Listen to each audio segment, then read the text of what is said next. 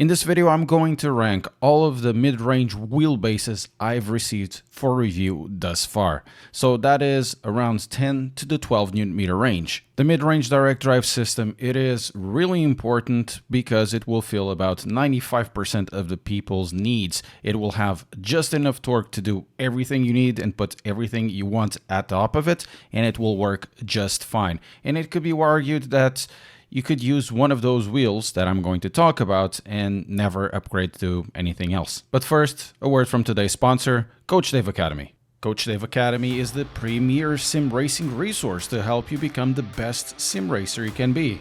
You'll have access to telemetry, setups made by pro esports drivers like Yuri Kazdorp, reference laps and coaching covering titles like iRacing, Assetto Corsa Competizione, Le Mans Ultimate and Gran Turismo 7. Join in today, link in the description. The wheelbases we'll have here today for review are, in order of torque, the Conspit Ares 10 Nm, the Logitech Pro Direct Drive, the Moza R12, the Fanatec Clubsport DD, and then the Asetek La Prima. Covering all the bases. These wheelbases were sent by their respective brands for review, and I have affiliate links with some of them. The affiliate links will be in the description. If you want some force feedback profiles for some of these wheelbases, they will be available at randomcallsign.com, and they will be available for some of the titles. As you probably have noticed, I don't have the Simagic Alpha U or the Trustmaster T818 or anything else around this price range that is not mentioned, because I do not request most of the times equipment for review, nor most of the times I get contacted by these companies to have their stuff reviewed. All of the wheelbases that will be here today are pretty good. It could be said that I could use one of these wheelbases for the rest of my life and I will be totally happy with it because they do cover most of the bases. The difference will be in use cases, so this probably will be the most important lesson of the day. The Asetek La Prima and the Clubsport DD were emulated. I don't have the Asetek La Prima, I have an Asetek Forte. I don't have a Clubsport DD, I have a Clubsport DD Plus. That means for the Asetek La Prima, I would reduce the slew rate for the effective 4 Nm per second. And for the Clubsport DD, as said by one of their engineers, the best way to do it is just add like 5 to 10% dampen. That should be more than enough to make it closer to the Clubsport DD. Also super important, all of these scores are based on my personal experiences. If you disagree with them, you're welcome to explain those in the comments below. But remember, no insults, there's no reason for insults. If you feel insulted, also remember that this is not an assault on your ego or personality. These are just wheelbases. And also super important, don't forget to subscribe if you want more videos of this type. I'm trying to get to 100,000 subscribers, and it has been so long already. So I am ranking all of these wheelbases based on these factors. Form factor, the size of the wheelbase, connections, mounting, quality issues, and options available. Then the quick release, we're talking about the price of the quick release, the weight, and ease of use and compatibility. Software and firmware, how it integrates with the wheelbase, ease of navigation, and compatibility. Ecosystem, how many native equipment options are available and the price of those options. Force feedback, in this case, quality of the force feedback, speed, precision, nuance, and how it is able to be customized via software. Value, a mix of price and performance, and options available, and also customer support. This is rated from 0 to 10, where 0 is absolutely catastrophic, 5 is average. I do think that 5 means an average. I don't mean like it's a non-passing grade like they do in some video game reviews. 5 is a passing grade, but it's a basic passing grade. 7.5 is for me like a very good standards, and 10 would be almost perfect. There's never a perfect, but you know, it could be, say, a sterling. Then we sum all of these values up, give you an average, but always remember, all of these wheelbases are good on their own. Always find the use case for them. We're going to start with the Conspit 10 Nm Ares. Maybe in the future, I'm going to have the Platinum, so press subscribe to keep up to date. And this wheelbase is around 500 to 550 to 600 euros. Really depends on the area you're buying them from. For form factor, it is an 8 because it's quite small. It's very easy to install, even though it uses the Asetek format. It has the power button at the front. You can disconnect the force feedback through the front just pressing the button. The wheelbase won't power down. And on the back, there's a USB-C CAN bus hub. Only works for the CAN bus support for their own specific pedals and all of that stuff. So it's really not a true USB hub. And then, just the regular connections at the back. Because it is so small and basically as a very small form factor, it deserves the 8. Unfortunately, it's only closed for their own thing. Quick release. It is a 7, but for very good reasons. First of all, this quick release is a very small and very light. I was surprised how light it is, and this comes with a huge advantage because it allows you to give more force feedback to the wheel, so to the steering wheel and all of that, so you get a little more precision. In the case of the Ares 10 Newton meters, even though it has only 10 Newton meters, because of the quick release, it becomes far more interesting and feels better than what normally you would expect from 10 Newton meters. However, it comes with 2 issues. The first issue is that it is from a 3x50 standard. That means you probably, for most cases, will require some sort of adapter plate or extension even. And then it is around 100 euros a quick release. Second, software and firmware, I'm going to give it an 8. The software is really simple to understand, even though the some of the translations are not the best, or some of the explanations, but it's very easy to understand. It's a one-stop shop. You can have your profiles. It comes already with profiles available. You can install profiles, remove profiles, and all of that. But the firmware, it isn't self-integrated. You really need to go to their web page. So that's a bit of a faff. So not everything is integrated there. So I'm dropping the score just a little bit as well. Ecosystem. I'm going to give it a 7. The ecosystem is very short. There are some options that are not that expensive, all things considered, but it doesn't really have an entry-level sort of thing. So everything is limited. There's not a lot of options out there, and the options that are there a little bit on the pricey side because that's where they want to center themselves to. Now, for force feedback, I'm going to give it a 9 for very good reasons. This is the smoothest force feedback out there. Even though it's only 10 Newton meters, it's 10 Newton meters sustained, and this comes from a motor that is inside of this wheelbase that is rated at 15 Newton meters, so naturally there's going to be a lot of headroom in this wheelbase.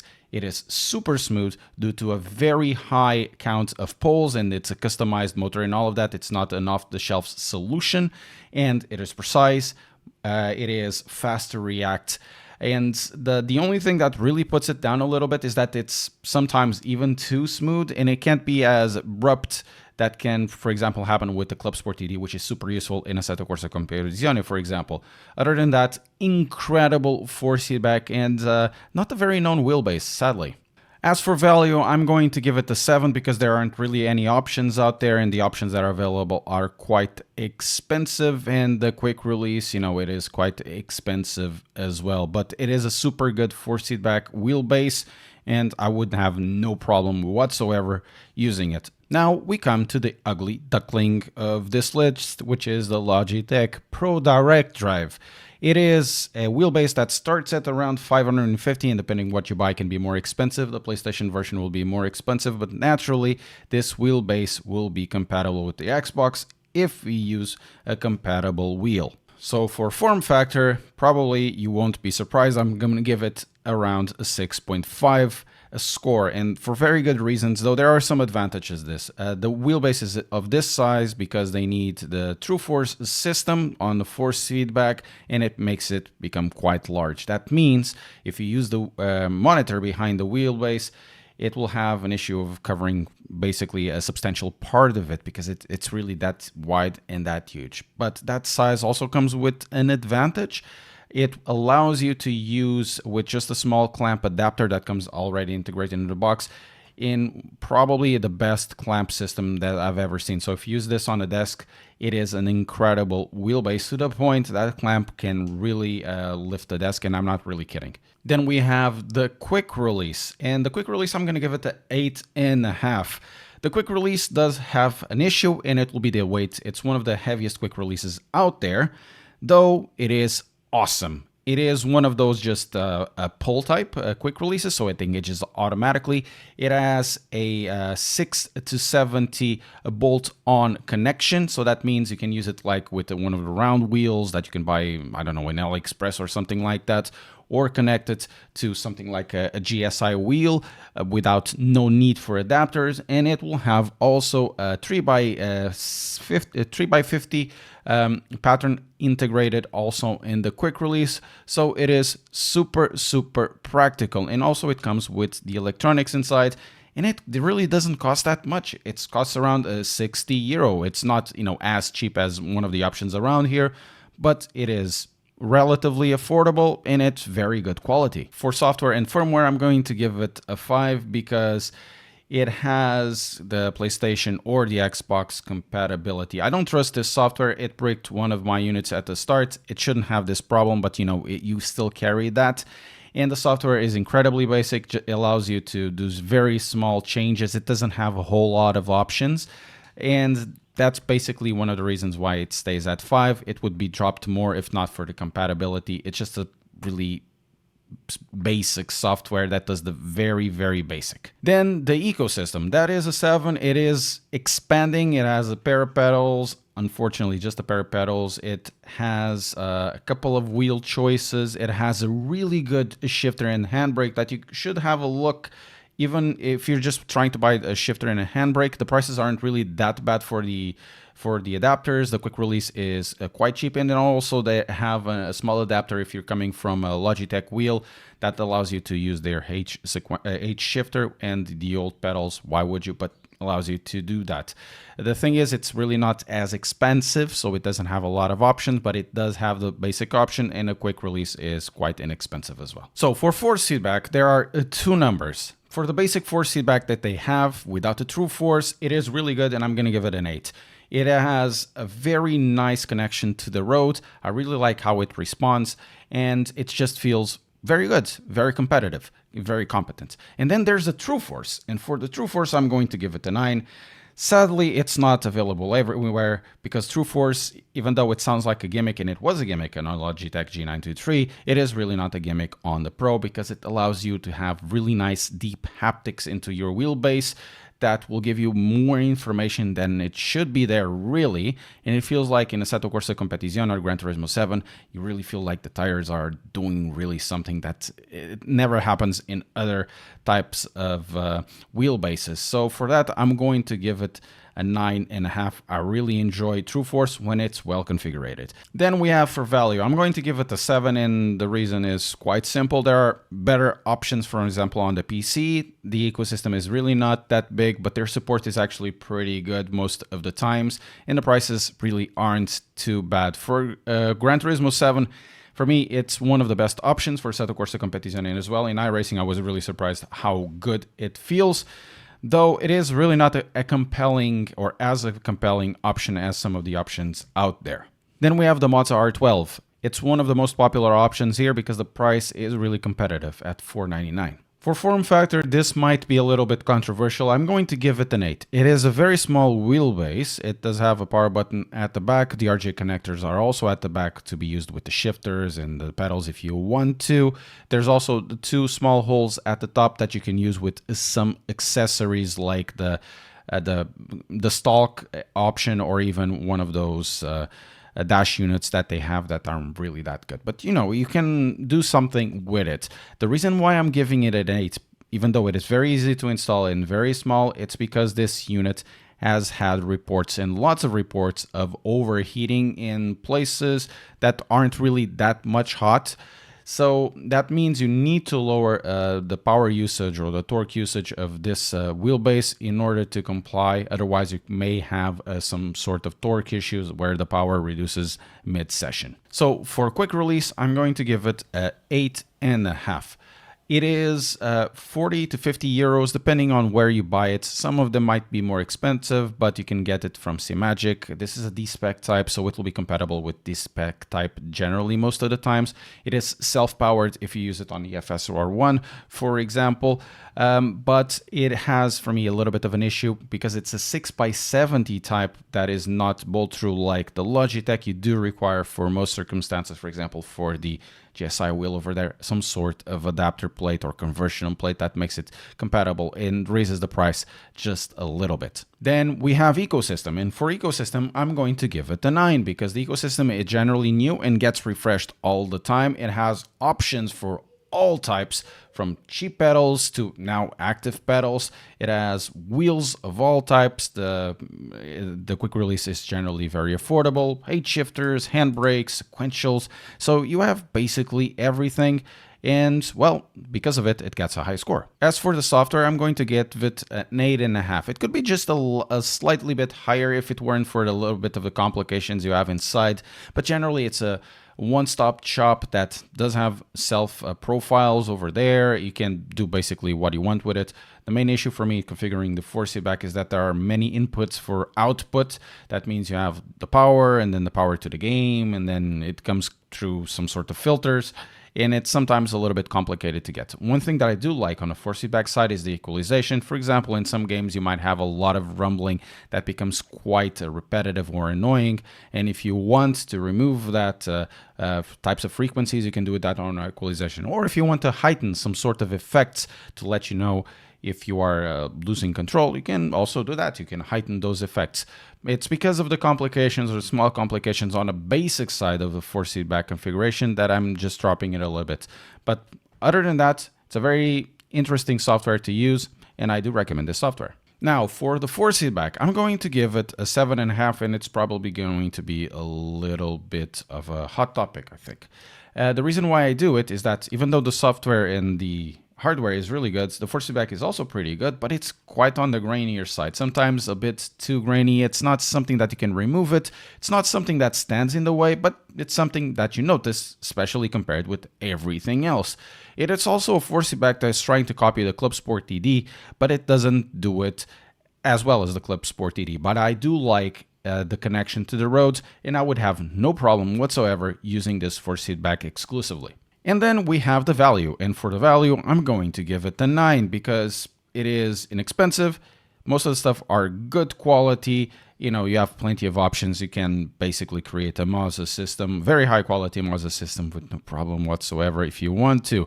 One thing that I will mention is that the customer support can be a little slow at times, something that has been mentioned on their subreddit. Then we have the Clubsport DD. This is one of the most expensive options over here at 800 euro, though it does have some Xbox compatibility. For the form factor, I'm going to give it an 8 because it's a wider, taller wheelbase, though it comes with some advantages with that size.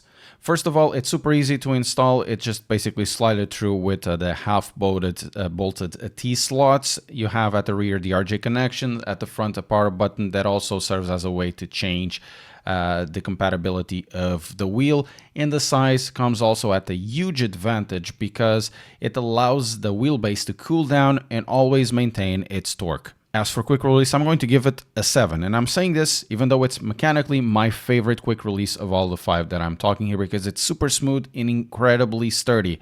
But the most cheapest one, and I'm excluding the QR1 Lite, QR2 Lite because it really is not that good, all things considered, because it caps the quick release to 8 Newton meters, is that it's 99 euros. And there's like the FIA approved one for about 200, which you can ignore because they're mechanically and realistically there's no difference between both of them.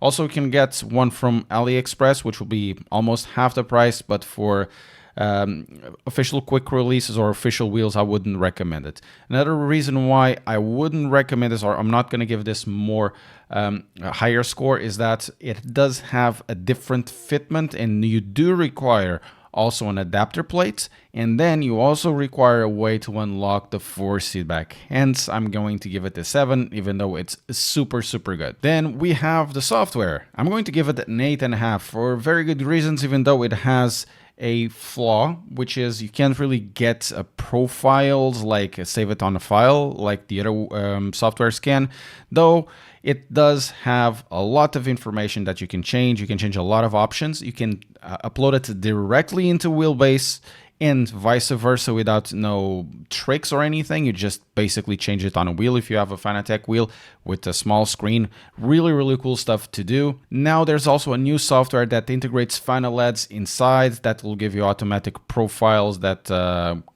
it connects to the iRacing, and it will give you the ITM support for some of their wheels, so it gets everything integrated. As for the ecosystem, I'm going to give it an 8.5, even though it has a multitude of options. And the reason why I'm going to give it an 8.5 is because a lot of these options are repetitive, and also they are getting quite old. There's no podium pedal still. At the Clubsport level, which is the more mid-range premium pedal set, it's getting really on 7 years old, if not older by now, and it's already a rehash of something that came out of 2012 or 2013 or something about that.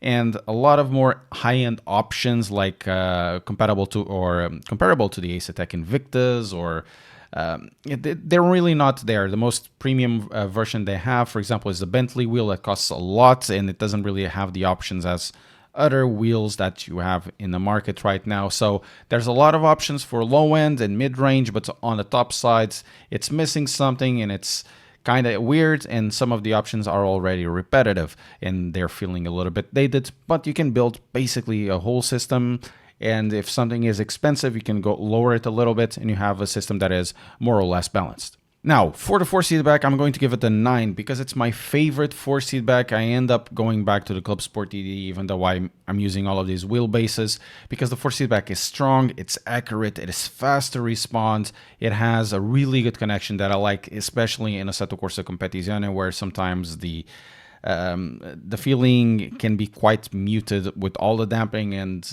I found that the Clubsport DD does give me the best response on that sim, and it does on everything else. Very good force feedback, and I can't really fault it. With all of the options you can change in the software and in the firmware, you know, there's a lot on this firmware, a lot on this force feedback to like. Now for value, I'm going to give it a 7, and the reason why I'm going to give it a 7, if it don't has a really good ecosystem or really ranged ecosystem, the wheelbase is really good, force feedback is really good. Even though it's a more expensive side, it's really not that expensive, all things considered, especially because of the ecosystem, is that the customer support could be better. It's way past the issues they have had in early 2024 and 2023. It's being fixed under Corsair, but it's still not there, especially compared to Asetek, for example. It's still a little bit on the slower side. Even though they will be responding it to your queries, it's still taking a little bit as reported. Lastly, the La Prima. This will be 750 euros, depending also on what you get as a bundle. There's a bundle that is more expensive that comes with pedals. So for form factor, I'm going to give it an 8. It doesn't have the more common form factor, so some chassis might not be compatible with it, but it's becoming more and more common.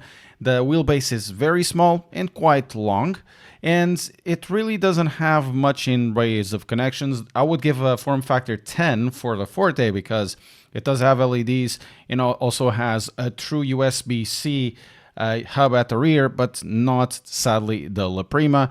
It's long, small, but it doesn't have many options to connect anything. Then we have the quick release, and the quick release is going to be a 7, probably a controversial choice here, but for very good reasons. It is probably the best quick release for sim racing because it's very easy to use. It doesn't really need to, be meddled with orientation. You know exactly what the orientation is. It's not like the Moza one that can be quite confusing sometimes or difficult to understand what's the true top.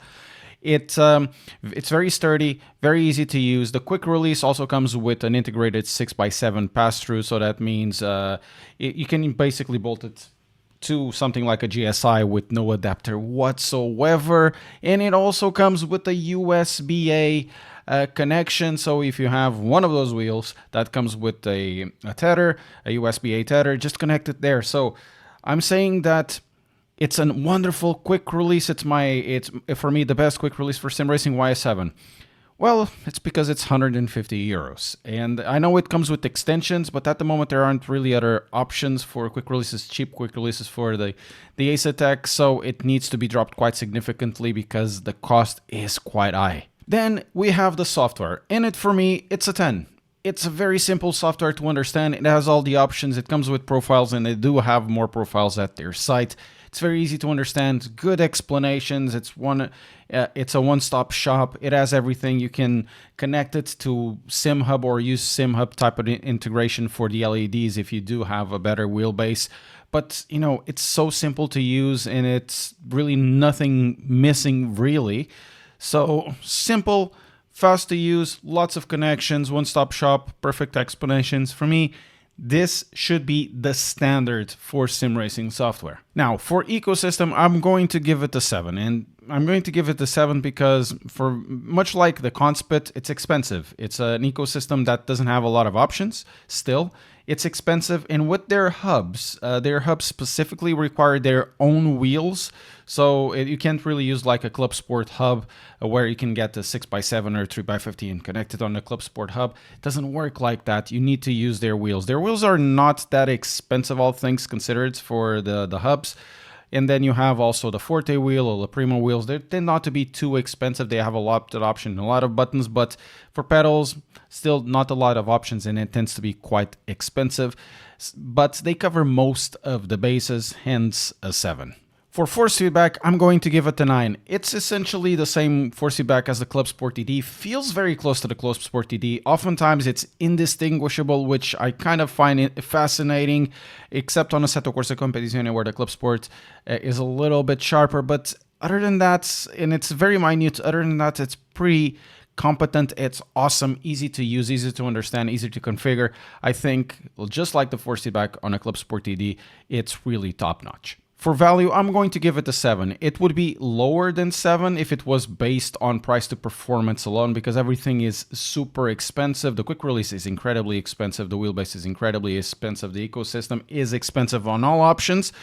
But their customer service is actually pretty dope.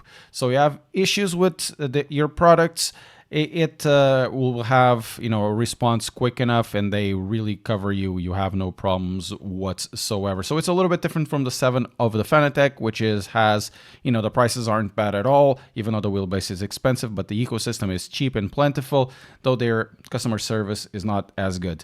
Even though they are both 7s, they are 7s for different reasons. Therefore, in this exercise, the R12 ends up being the winner, but not at the back of their force feedback. It's back at their value, their ecosystem, how easy it is to set up, good software, so it's a well-rounded product. If I needed to choose one wheelbase, it wouldn't be this one. It will always be the Clubsport DD for me out of these ones. Probably the second position will be between the Conspit and the Asetek, but the R12 wins this because it is a very well-rounded product. Even though it's not my favorite force feedback, in reality of all these force feedbacks, it's the one that I least like, even though I say that I could use this force feedback until the end of my life and I would have no problems whatsoever. Force feedback is really not the end of all of conversations when it's directed to direct drives, because every single direct drive here is good on their own merits. You need to understand that whenever you buy something, you need to figure out what is relevant to you. For you, if you want something that has really good force feedback, you choose the one with the best force feedback. If you want something that has good value, you choose one that is good value. Every single direct drive over here I could use in my sim rig with no problems whatsoever. But I want to hear from you, and let me know what you think about the scoring here, what you disagree. Of course, keep it civil. And if you have a direct drive that is not on this list, especially at the 10 to 12 Newton meters, tell me or tell us what are the things that you like from them and the things that you dislike from them, because it definitely will help someone trying to get direct drive or a system around these values or around this torque. If you enjoyed the video, press like, subscribe. Thank you very much for watching, and I'll see you next time.